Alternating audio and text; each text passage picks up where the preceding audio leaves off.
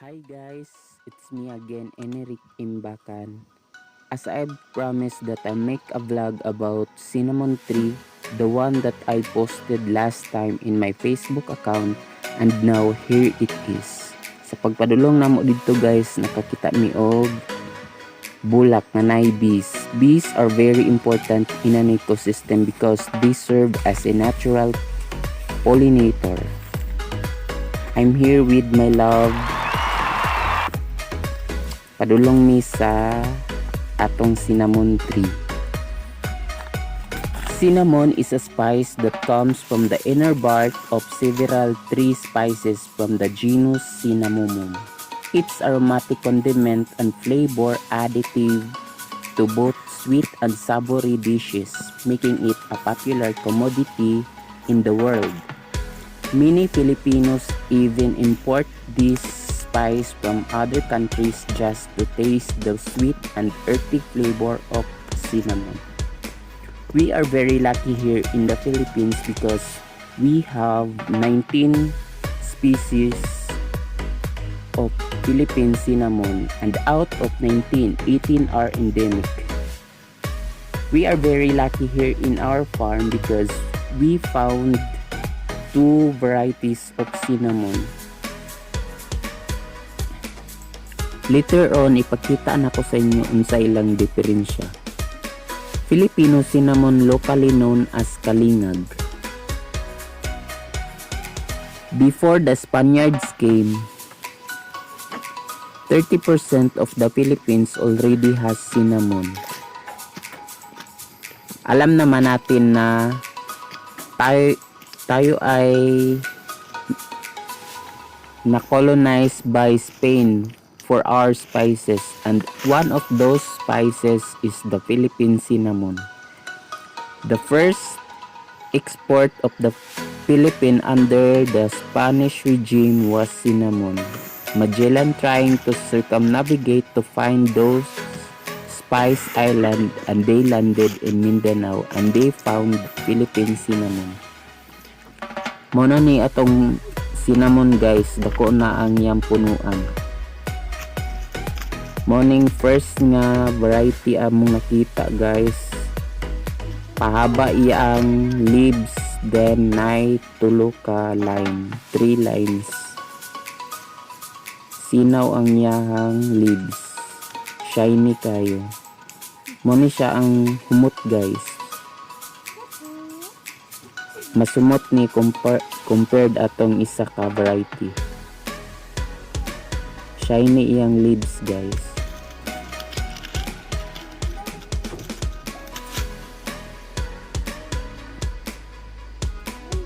Thick ang iyahang leaves compared atong isa kay humok.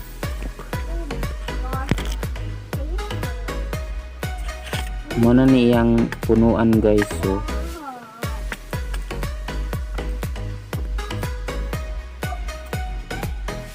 humot kay ni iyang punuan guys.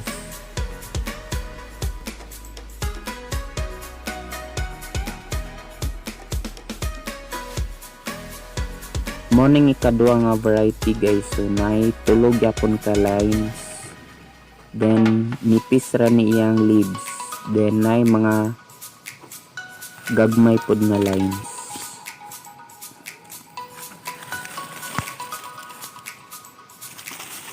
Morning na patay guys ang katong humot nga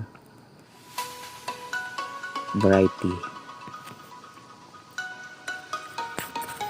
Mga tagbabaw guys kay magsugbatag saging kay medyo gutom na.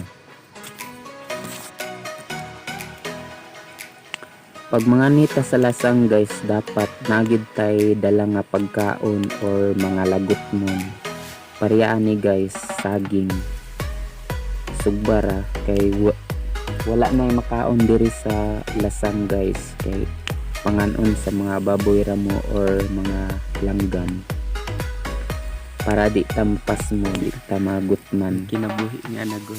Pag ani namo diri guys, pag padulong namo diri nakakita mig nagsanggi og mais, then nang laraw pod ni sugba gagmay kayo.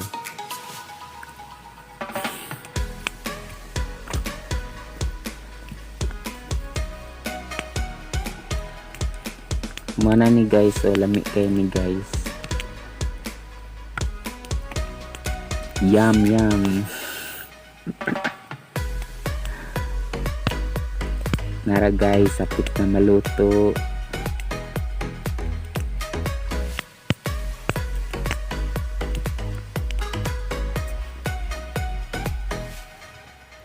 Mana ni atong finished product guys.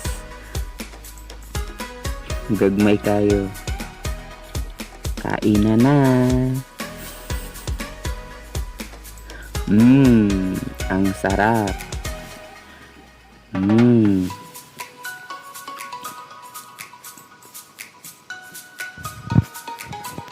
Kanang view guys.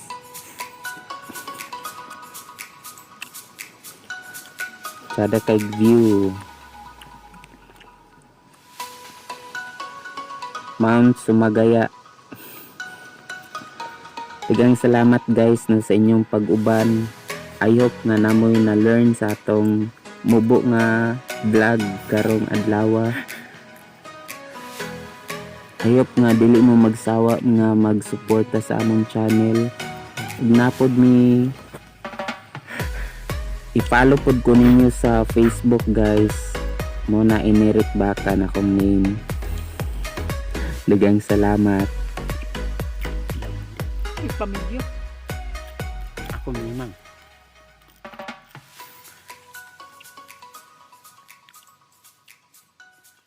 Pwede na.